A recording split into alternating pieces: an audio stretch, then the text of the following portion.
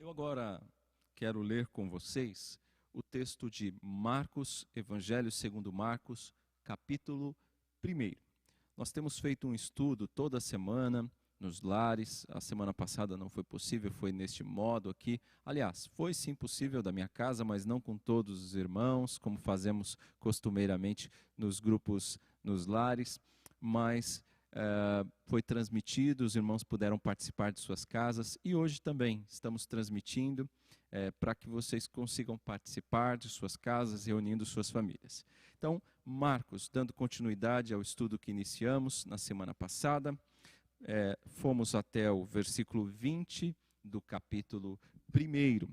E neste texto do capítulo 1, nós podemos ver ali o chamado de Jesus aos seus primeiros discípulos. Aprendemos como Jesus chama e usa na sua obra pessoas simples, homens comuns como eu e você, como pescadores, André, Pedro, João, homens tão simples assim, e Tiago, foram utilizados pelo Senhor Jesus. Agora, eu quero ler com você a partir do verso 21. E a partir do verso 21, então, nós vamos expor até o verso 28. Se você ficar com alguma dúvida, se você quiser fazer algum comentário sobre o nosso estudo, de repente eu comentei algo aqui, você quer aprofundar um pouquinho mais, fazer algum comentário a respeito, você pode. O Betel em Casa tem esse benefício, é um estudo onde nós podemos participar, fazer os nossos comentários, semelhante ao que fazemos durante a escola dominical. Não é uma pregação onde só eu falo e ninguém pode comentar, pode perguntar, não. É um estudo, então eu quero que você participe também. Se você não fizer perguntas, eu vou achar que o estudo foi muito esclarecedor a ponto de não ter precisado fazer pergunta alguma, o que normalmente não acontece quando nós nos reunimos nos lares. Então vamos ao texto. Marcos, capítulo 1, verso 21. Eles foram para Cafarnaum, e logo que chegou o sábado, Jesus entrou na sinagoga e começou a ensinar. Todos ficavam maravilhados com o seu ensino, porque lhes ensinava como alguém que tem autoridade, e não como os mestres da lei. Justo naquele momento, na sinagoga, um homem possesso de um espírito imundo gritou: "O que queres conosco, Jesus de Nazaré? Vieste para nos destruir? Sei quem tu és, o Santo de Deus." "Cale-se e saia dele", repreendeu Jesus. O espírito imundo sacudiu o homem violentamente e saiu dele gritando. Todos ficaram admirados e lhe perguntavam uns aos outros: "O que é isto? Um novo ensino? E com autoridade. Até os espíritos imundos ele dá ordens e eles lhe obedecem." As notícias a seu respeito se espalharam rapidamente e por toda a região da Galileia. Até aí. Então, caminhando aqui no nosso estudo, eu quero começar refletindo com vocês o seguinte. Nós já vimos então até aqui como Jesus usou pessoas comuns.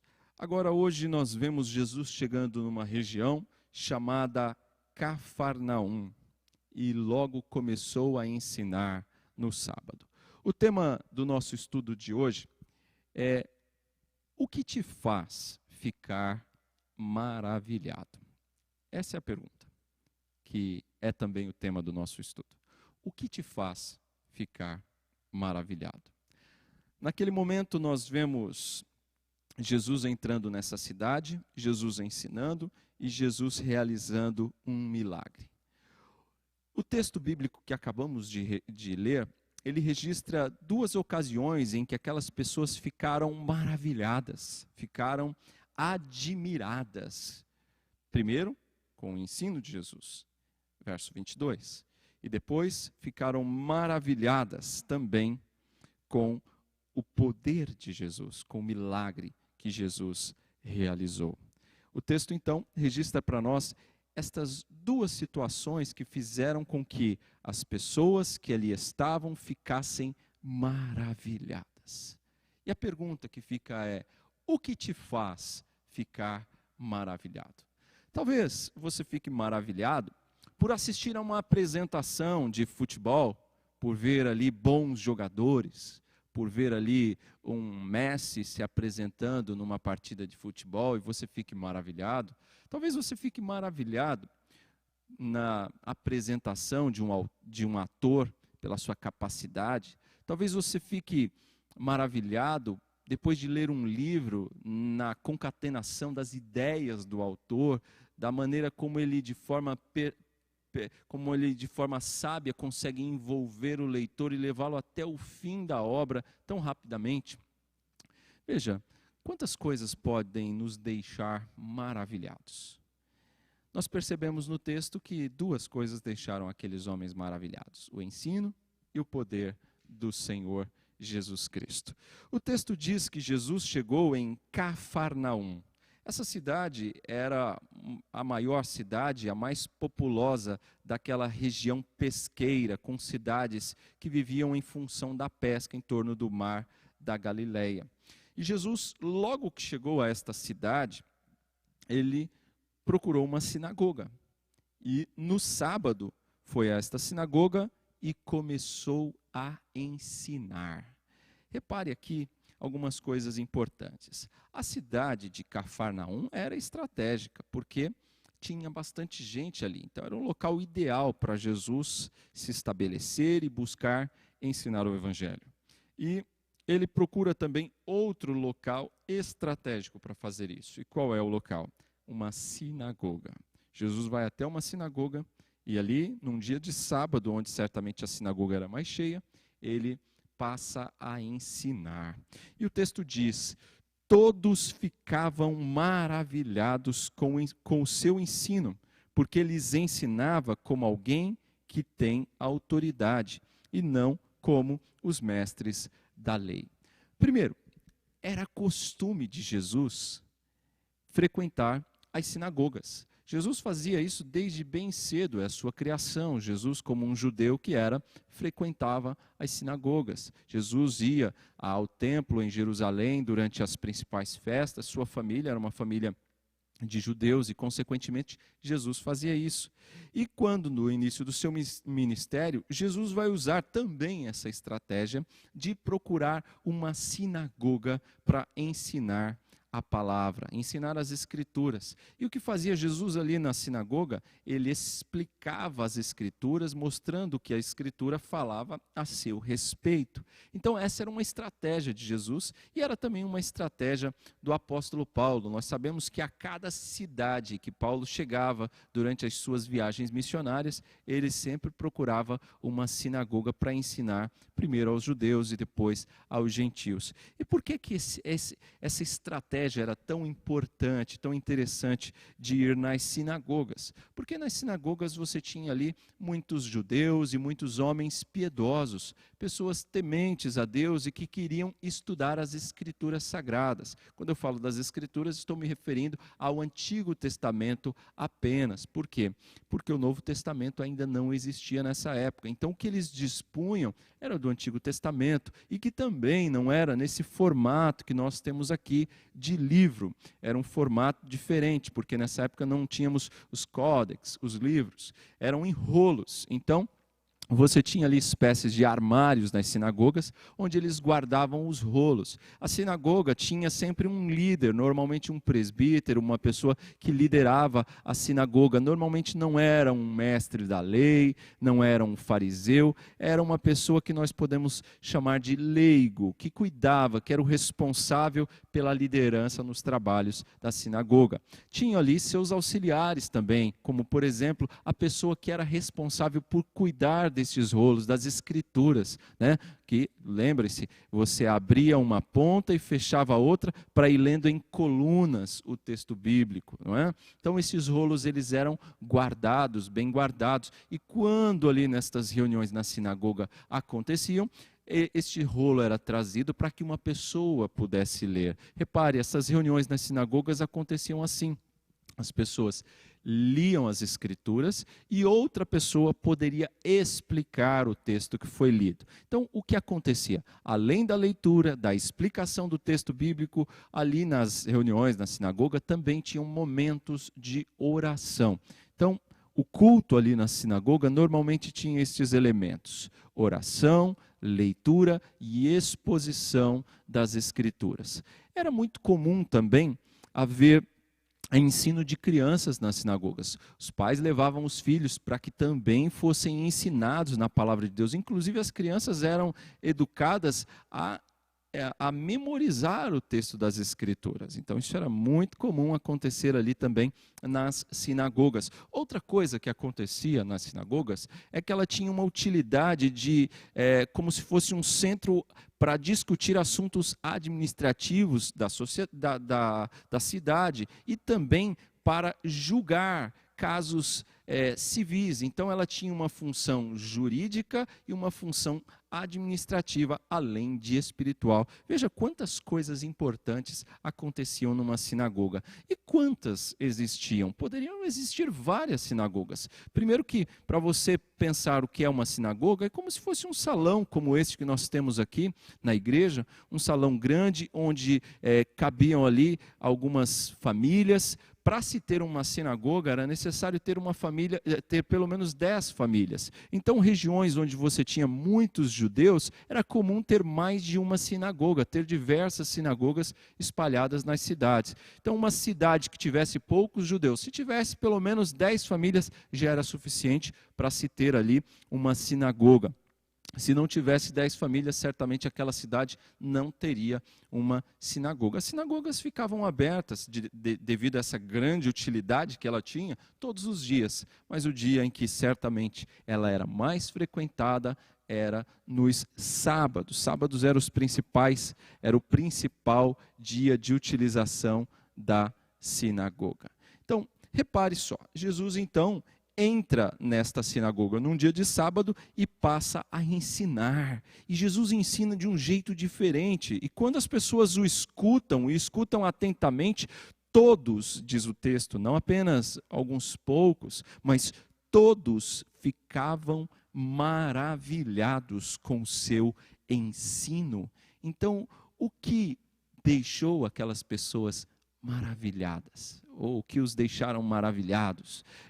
Foi o ensino do Senhor Jesus. O ensino do Senhor Jesus deixou aquelas pessoas maravilhadas, porque ele ensinava como alguém que tem autoridade e não como os mestres da lei. Aqui nós temos um contraste. Lucas mostra para nós o contraste entre Jesus e os mestres da lei.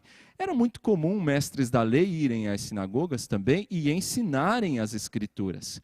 E aqueles homens que estavam acostumados a ouvir os mestres da lei, quando tiveram a oportunidade de ouvir a explicação do texto bíblico feita pelo Senhor Jesus, todos ficaram maravilhados. Havia uma grande diferença entre Jesus e entre os mestres da lei. Jesus ensinava como alguém que tem autoridade. Jesus falava o ensino do Pai. A Bíblia diz que Jesus diz, eu e o Pai somos um, então o ensino vinha direto dele, vinha do Pai, ele e o Pai é um, consequentemente o ensino que Jesus trazia era um ensino divino, ele falava com autoridade, era a sua palavra também e palavra do Pai. Jesus falava com poder, Jesus falava com amor. Diferentemente dos mestres da lei, destes homens que eram acostumados a ensinar aqui, eram homens que normalmente buscavam algum benefício próprio, eram homens que buscavam holofotes, a glória humana, e Jesus apontava sempre na direção do Pai, buscando glorificar o Pai com o seu ensino, e aquilo impressionava as pessoas que o ouviam. Jesus olhava para essas pessoas como seres humanos, pessoas necessitadas do amor e da graça de Deus, ao passo que os mestres da lei não olhavam com este mesmo amor que Jesus. Os mestres da lei acrescentavam muitas coisas ao texto e às vezes colocavam pesos e fardos pesadíssimos sobre as pessoas, enquanto Jesus explicava as Escrituras puramente como ela é, e isso impressionou as pessoas que o ouviram. Então, eles ficaram maravilhados com o ensino de Jesus, porque ele falava como alguém que tinha autoridade e não como os mestres da lei. Repare, o povo de Cafarnaum ficou maravilhado com o ensino de Jesus. E mais adiante no texto vai mostrar para nós que logo toda a cidade ficou sabendo a respeito dos ensinos, das coisas que Jesus fazia. Então, repare que é importante a gente destacar aqui também que uma possível razão para aquelas pessoas terem ficado maravilhados não é só pela diferença que havia entre o ensino de Jesus e o ensino dos mestres da lei, mas uma outra coisa que deve ter deixado as pessoas bastante impressionadas com as palavras de Jesus, com o ensino de Jesus, é porque eles sabiam de onde Jesus veio, eles sabiam quem Jesus era, eles sabiam que Jesus era um carpinteiro, e certamente nós vamos nos lembrar das palavras de Natanael, lá no capítulo 1 de João, né? Natanael diz: de Nazaré poderá vir alguma coisa boa? Será que de Nazaré pode vir algo de bom? Então, certamente havia essa impressão de que, puxa, de uma cidade tão pequena, de uma cidade tão simples, tão humilde como Nazaré, poderia vir alguma coisa boa, mas as Escrituras falavam que de lá viria o Messias. Então, Jesus cumpre as Escrituras, inclusive neste aspecto. Mas outro motivo é por sua profissão. Eles conheciam, sabiam que Jesus era um carpinteiro e jamais esperavam que um simples carpinteiro pudesse expor as Escrituras com tanta clareza, com tanta sabedoria e com tanta autoridade. Então eles ficaram maravilhados com o ensino de Jesus. Mas há uma segunda coisa que os deixou maravilhados. E essa segunda coisa que os deixou maravilhados foi o poder de Jesus, o milagre que Jesus realizou. Isso aparece logo no verso 27. Todos ficaram tão admirados que perguntavam uns aos outros: o que é isto? Um novo ensino? E com autoridade? Até os espíritos imundos ele dá ordens e eles lhe obedecem. Repare, até aos espíritos imundos ele dá ordens e eles lhe obedecem. Eles ficaram admirados ou maravilhados com o poder de Jesus Cristo. Você pode estar pensando aí: pastor, nós saltamos os versos 23 e os versos 24, 25 e 26. É verdade, nós vamos voltar a estes textos para explicar melhor. Repare que Jesus entrou na sinagoga, estava ensinando as Escrituras e não demorou para surgir ali, naquele momento, um endemoniado, né? Um homem possesso, um homem que estava possuído de um espírito imundo. E esse homem, logo que aparece, ele gritou: o que queres conosco, Jesus de Nazaré? Vieste para nos destruir? Sei quem tu és o Santo de Deus. Repare que logo que Jesus ensinou, surgiu ali um homem possuído. Esse homem possuído por um espírito imundo aparece e ele diz: o que queres conosco, Jesus de Nazaré? Demônios possuem pessoas, isso é verdade. E a gente vê aqui nas Escrituras que no período em que Cristo iniciou seu ministério, foi o período em que nós mais percebemos aparições e manifestações de demônios acontecer. Você não vai encontrar no Antigo Testamento tantas manifestações. Você não vai encontrar, mesmo no Novo Testamento, nas cartas de Paulo, no ministério dos apóstolos, você não vai encontrar tantas manifestações de demônios, de pessoas possessas, como no período em que Jesus desenvolveu o seu ministério? De cerca de 3 anos. Então repare, irmãos, que aqui nós temos o primeiro caso narrado por Marcos de um homem que possuía um espírito imundo, um espírito que fazia mal a este homem. E este homem, então, possesso, entrou naquela sinagoga e o espírito tomou a palavra daquele homem, falou através de suas cordas vocais, dizendo o seguinte: o que queres conosco, Jesus de Nazaré?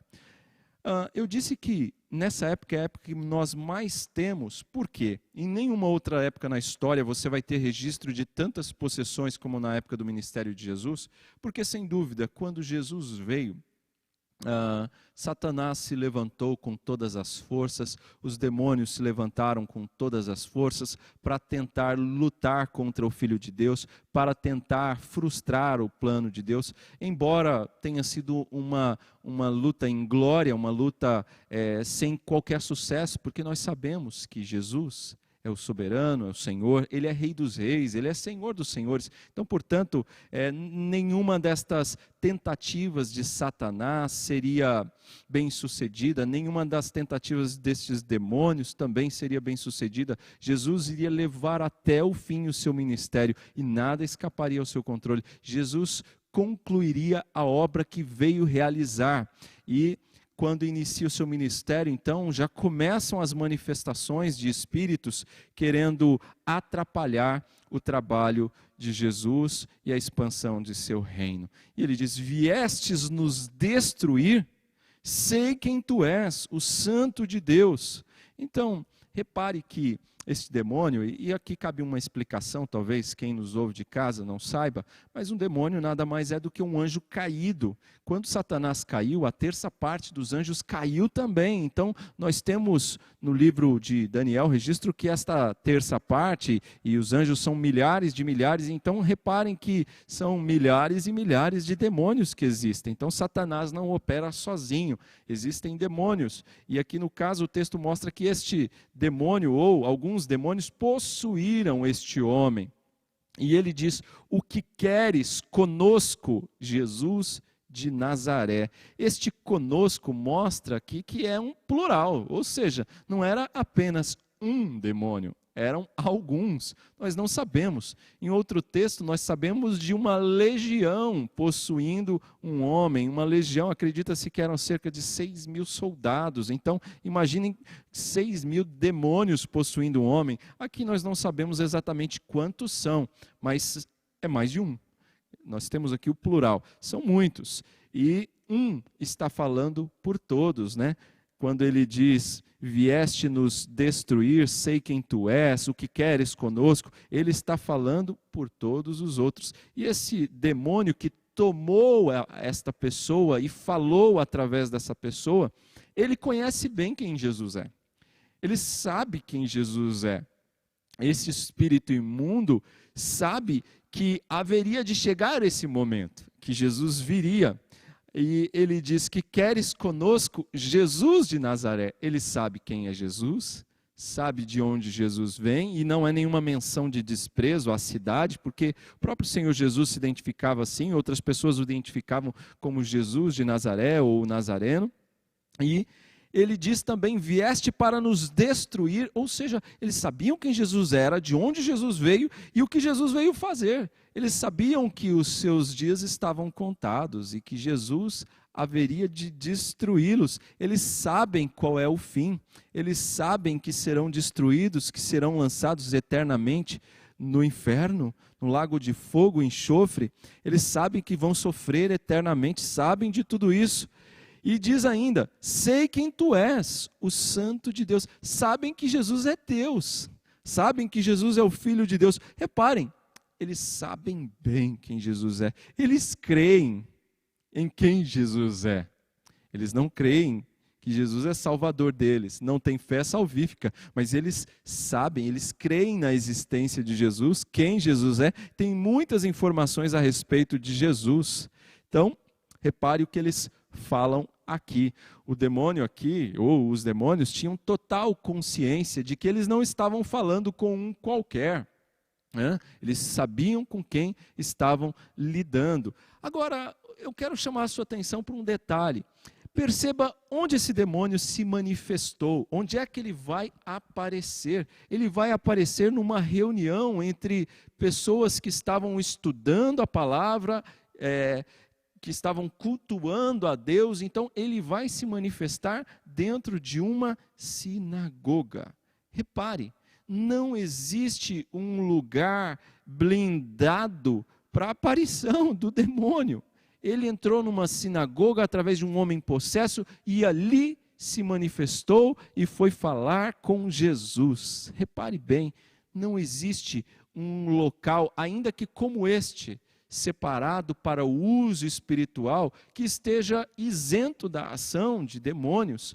Eu digo que só há um lugar que o demônio não vai entrar, é na sua vida, se você é salvo por Cristo Jesus. Porque penso, irmãos, que aquele que é habitado pelo Espírito Santo não pode ser possuído por demônios. A casa em que o Espírito Santo habita, o diabo não pode habitar junto, não é? Quando recebemos a Cristo, nós somos libertos de todo mal e o Espírito Santo é quem passa a habitar em nossas vidas.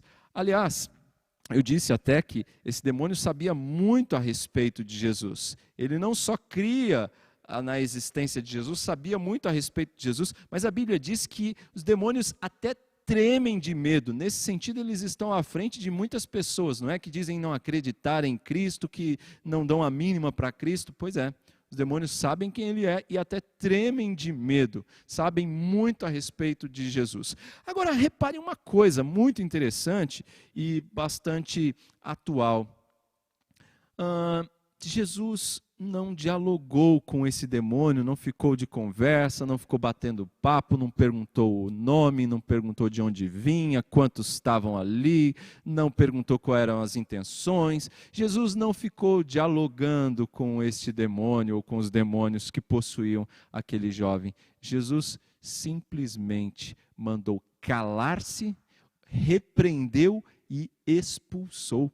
Foi isso que Jesus fez. O texto diz no verso 25, cale-se e saia dele, repreendeu Jesus. Mas espera aí, o que o espírito mal disse não era verdade? Jesus não é o Filho de Deus, Jesus não é o Santo de Deus, é verdade. Mas Jesus não queria publicidade, Jesus não queria o testemunho de um demônio, Jesus não precisa deste tipo de ajuda. Paulo também vai fazer a mesma coisa em Atos dos Apóstolos, ou seja, ele vai repreender e expulsar, porque não queremos e não precisamos da ajuda de Satanás, não precisamos do seu testemunho. Não é? Então Jesus não quer bater papo com o diabo não, e muito menos com esse espírito mau que possuía aquele homem. Ele disse, cale-se e saia dele, repreendeu Jesus. E o espírito imundo fez o quê? Sacudiu o homem violentamente e saiu dele gritando. Não restava alternativa para esse espírito imundo, porque Jesus é poderoso. E se ele mandou, não restava outra alternativa, ele tinha que sair. O espírito mau sai daquele homem. É verdade que ele sai muito que a contragosto, é verdade, né? Ele não sai animado dali, mas sai fazendo barulho, sai causando problemas, mas não restou alternativa, ele teve que sair. Jesus mandou, e a palavra de Jesus é uma palavra com autoridade, e aquele demônio saiu. Irmãos, talvez a pergunta que fique, depois de tudo que a gente viu até aqui, falando sobre essa expulsão aqui de um demônio, de um espírito imundo, de um homem que estava possesso, a pergunta que fique é possível isso hoje? É possível a possessão demoníaca? E aí, o que você pensa em casa? Vamos responder essa pergunta? É possível ou não é haver possessão demoníaca desta natureza nos dias de hoje? Meus irmãos, eu não vejo nada nas Escrituras que diga que não seja possível haver isso hoje. Entendo que é possível sim existir esse tipo de possessão ainda hoje. penso que em alguns centros de umbanda, algumas práticas de espiritismo pesado, é possível que ali pessoas recebam espíritos maus, espíritos imundos, que possuam a pessoa, que tomem a boca da pessoa e falem através dessa pessoa. Isso é uma possessão. É como se o espírito tomasse a vida desta pessoa, e quem opera e quem fala é o espírito e não a pessoa, de modo que até a sua voz muda. Então eu creio que isso é possível ainda hoje, mas não com a frequência como isso acontecia na época do ministério do Senhor Jesus. Na época do ministério de Cristo isso aconteceu com grande frequência, mas nos nossos dias eu não acredito mais que a frequência seja a mesma. Penso sim que seja possível, mas penso que não é como se mostra na televisão e em muitas igrejas é apresentado nos chamados cultos de libertação, cultos onde as pessoas vêm à frente e ali colocam-se as mãos sobre a pessoa e elas começam a falar, às vezes até uma espécie de entrevista ali com o capeta, com o demônio, com a pessoa que está possuindo a outra. Penso que não acontece mais desta forma. Não há diálogos assim, não tem hora marcada. Nós entendemos que essas coisas podem sim acontecer, mas não com essa frequência e não desse jeito que acontece. Ressalto que eu já vi situações onde desconfio sim que a pessoa estivesse possuída, vi manifestações acontecer 1 ou 2 vezes durante toda a minha vida e ministério. Só vi isso acontecer 2 vezes onde eu desconfio seriamente que de fato a pessoa estava mesmo possuída. Porém, a gente não tem como ter a certeza. Mas em muitos outros casos, o que eu assisti foi sim uma simulação. Isso tem acontecido com muita frequência em alguns círculos evangélicos dos nossos dias, tá? Devemos tomar cuidado com essas coisas, irmãos. Ao longo da história, nós não vamos ver tantas manifestações de espíritos imundos possuindo pessoas. Então, é possível que tenhamos isso? Creio que sim, mas não com a frequência que se vê hoje, inclusive na televisão. Muito cuidado com isso, tá bom? Agora, respondida então essa pergunta, o texto diz que o espírito imundo sacudiu o homem violentamente e saiu gritando dele. Todos ficaram tão admirados e perguntavam uns aos outros: o que é isto? Um novo ensino e com autoridade? Até os espíritos imundos ele dá ordens. Até aos espíritos imundos ele dá ordens e eles lhe obedecem. Repare, eles ficaram maravilhados antes com o ensino de Jesus, agora com o poder de Jesus, com o milagre que Jesus fez, expulsando o espírito imundo, dando ordens e o espírito obedecendo. Jesus não precisou fazer nenhuma fórmula mágica, Jesus não precisou usar um objeto, Jesus não usou ali alguns raminhos, Jesus não usou águas, Jesus não pegou uma cruz, Jesus não pegou nada disso para expulsar esse demônio como se vê nos filmes de exorcismo, nada disso. Jesus simplesmente disse: saia dele, e o demônio saiu. Veja, não teve um diálogo aqui, e muito menos a utilização de objetos. E as notícias a seu respeito se espalharam rapidamente por toda a região da Galileia. E assim encerra o nosso texto. A fama de Jesus foi se espalhando depois que ele demonstrou o seu poder expulsando um demônio. Agora, que lições nós podemos tirar deste texto para a nossa vida? Quais as lições que você pode extrair aqui? Bom, a primeira, o nosso tema, ele é também já uma lição, uma aplicação do estudo para a nossa vida. O que te faz ficar maravilhado? No caso deles ali, o ensino de Jesus, o poder de Jesus, os milagres que Jesus fez, fizeram com que aquelas pessoas ficassem maravilhadas. Agora, e você? O que te faz ficar maravilhado? O ensino de Jesus te faz ficar maravilhado? Quando você ouve a palavra de Deus sendo fielmente pregada, você fica maravilhado. O texto, a palavra maravilhado aqui é como se fosse fora de si. Impressionado, como alguém que está fora de si. Quando você ouve a palavra de Deus fielmente pregada, você fica maravilhado. Quando você ouve uma exposição das Escrituras, o seu coração arde. Quando você ouve alguém falando da palavra de Deus, conforme ela é, o seu coração queima, como os discípulos no caminho de Emaús queimavam, ardia quando Jesus lhes falava a palavra de Deus. Seu coração é aquecido assim, quando você lê, quando você medita nas Escrituras, seu coração queima, arde assim. E você consegue, meu irmão, minha irmã que está em casa, ouvir a voz do Senhor falando contigo através das Escrituras? Você entende a mensagem de Deus, a mensagem do Senhor para a sua vida? Se você entende, se você se alegra, se você tem prazer na palavra de Deus, isso é um bom sinal. É sinal de que você é filho, é sinal de que você é salvo, é sinal de que você é dele. Sabe por quê?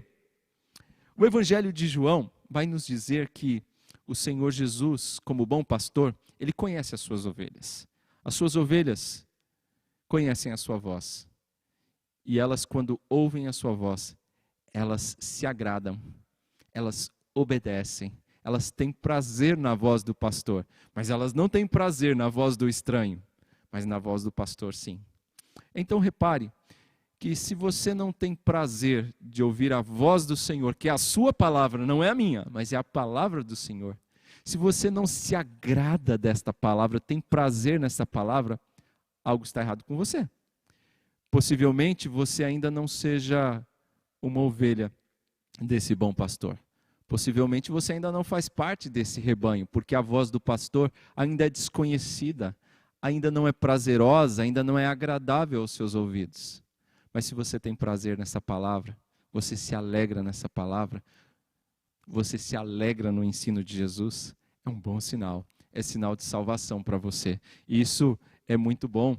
Quando nós olhamos nas Escrituras, nós vemos o salmista dizendo que a palavra do Senhor, ela é como lâmpada para os seus pés. A palavra do Senhor, ela é mais doce do que o mel. Ele diz, como eu amo a tua lei, Senhor. Sobre a lei do Senhor, ele diz, nela eu medito de dia e de noite. Ou seja, a ovelha do Senhor, do bom pastor, ela tem prazer na palavra, tem prazer em abrir as Escrituras, em ensinar. Ela não troca um momento de estudo para ficar assistindo o Jornal Nacional. Puxa, sem dúvida, aquele que tem prazer na lei do Senhor, ele vai gastar tempo nesta lei, não vai trocar por um programa de televisão, por uma novela, qualquer que seja o programa de notícias. Não. O seu prazer está na lei do Senhor.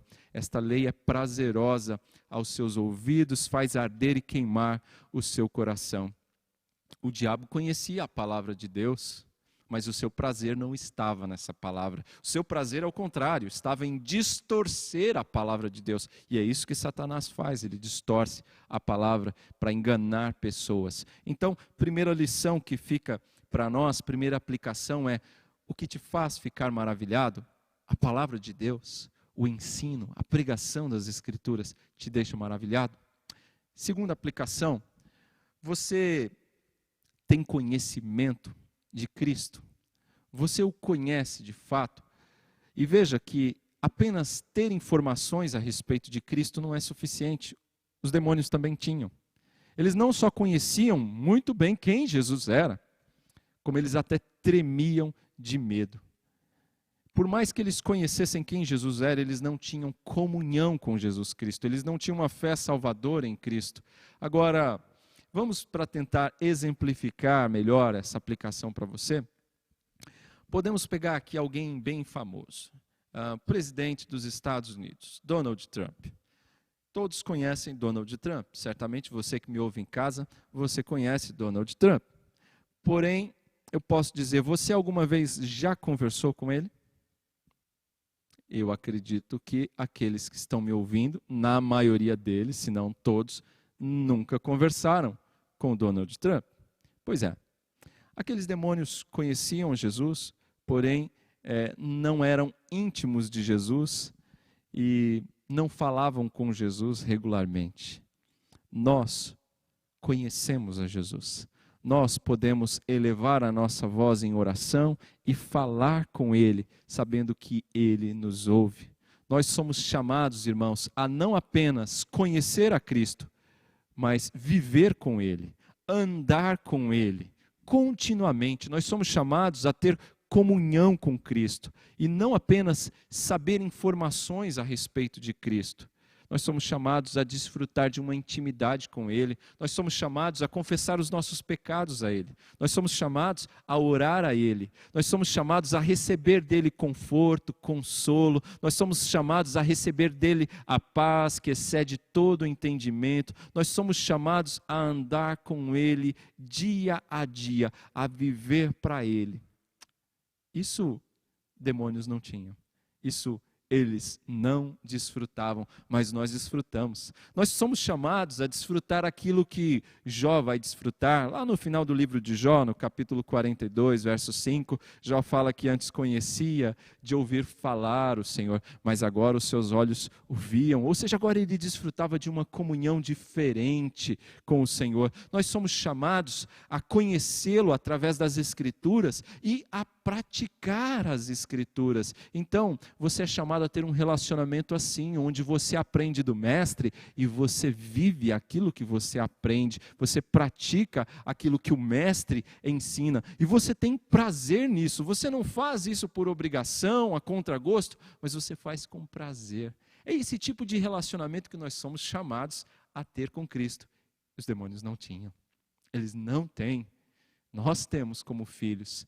Temos. Uma aplicação também importante aqui, nós lemos o texto de Mateus 22, 29, e nós erramos também quando não conhecemos as Escrituras e nem o poder de Deus. Nós precisamos de conhecimento das Escrituras, mas nós precisamos também do poder de Deus. Nós precisamos dos dois. Aqueles homens ficaram admirados por conta do poder e por conta do ensino de Jesus. Nós precisamos dos dois. O poder de Jesus é o que transforma. O poder de Jesus é o que nos leva a viver a palavra. O poder de Jesus é o que nos faz compreender e aplicar corretamente a sua mensagem na nossa vida. O poder de Jesus é o que nos leva a enfrentar os desafios no mundo e viver para Cristo e não para nós mesmos. Essas coisas precisam andar juntas. Se nós tivermos apenas conhecimento a respeito de Jesus, não será suficiente. Precisaremos do poder também do Senhor Jesus. O poder de Jesus sozinho também não é suficiente se não vier acompanhado das Escrituras. Eu costumo dizer aos irmãos aqui na igreja que o zelo por Jesus, ou seja, o poder de Jesus sem conhecimento, vai produzir um zelo cego, como alguém que pega a estrada a 200 por hora e vai chegar depressa, a menos que tenha tomado a direção errada.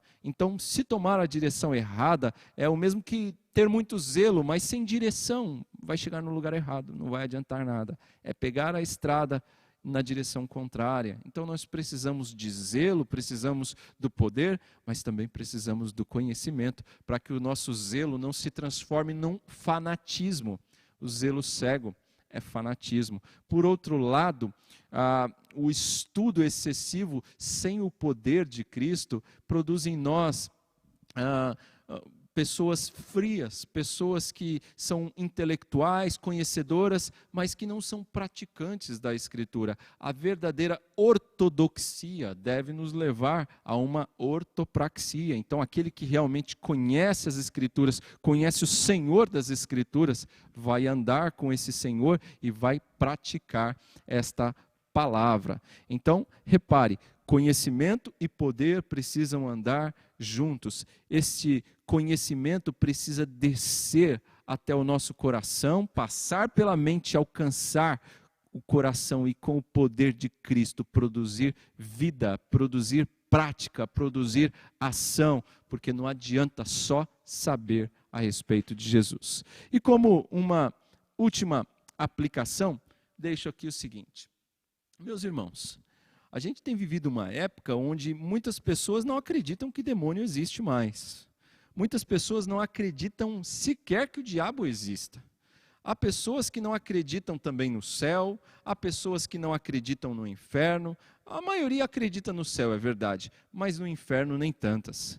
Hoje a gente vive uma época onde muitas pessoas estão iludidas, dizendo que todos os caminhos chegarão até Deus, e isso não é verdade. Há um só caminho. Jesus disse: eu sou o caminho, a verdade e a vida, ninguém vem ao Pai se não for por mim. Então essa ideia universalista de que no final das contas todos serão salvos é falsa. Essa ideia de que não existe um inferno é falsa. E essa ideia esse ensino falso tem seduzido a muitos, porque é um ensino romântico, um ensino interessante de que no final todo mundo vai ser salvo. E isso não é verdade. A Bíblia nos ensina em diversas passagens que isso não é verdade. Leia Apocalipse, por exemplo, e você vai ver como isso não é verdade. Leia qualquer um dos evangelhos e você vai ver como isso não é verdade. Nós temos demônios, existe Satanás, sim, existe céu, existe inferno, e aquele que não vive com Cristo vai para o inferno. Aquele que vive com Cristo herdará os céus